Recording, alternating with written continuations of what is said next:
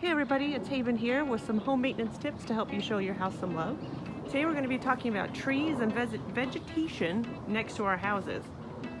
So over here we've got a tree from the neighboring property that's getting close to our roof line right in here. So we're going to want to trim that up so we don't have any tree overhang on the roof. Tree debris and tree branches above the roof can help rodents gain access to your roof. Also, tree debris can hold moisture against your roof and cause damage that way.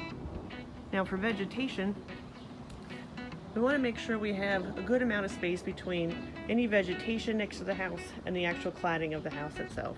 This way we can get some sunlight and airflow through here to keep everything nice and dry.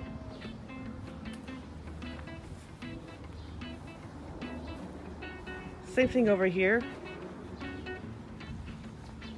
We've got a bush planted next to the house, but we've got a nice gap to allow for sunlight and airflow to keep that nice and dry.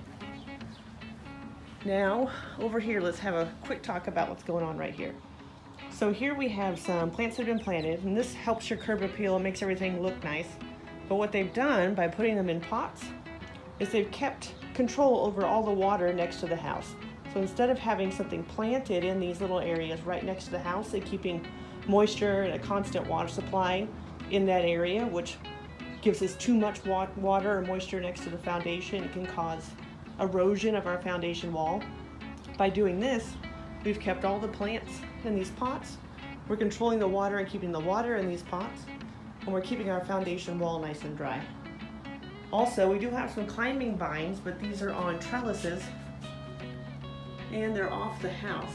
So if you look at this, we've got space between these climbing vines and the house. So we have a nice gap so we don't have any vines holding any moisture next to our house, nor are those vines causing any damage to the stucco or cladding of our house. Over here we have a nice large tree planted out front. This tree is great. It helps provide shade and it looks good. But what we've done here is trim it all back from our roof line.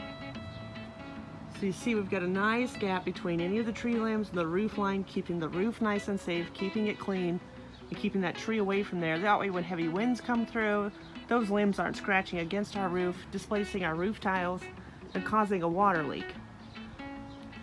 So as a rule of thumb, when it comes to planting anything next to our house, we want a nice gap in between the plants that we're planting and the house to keep air flowing through there and to keep everything nice and dry.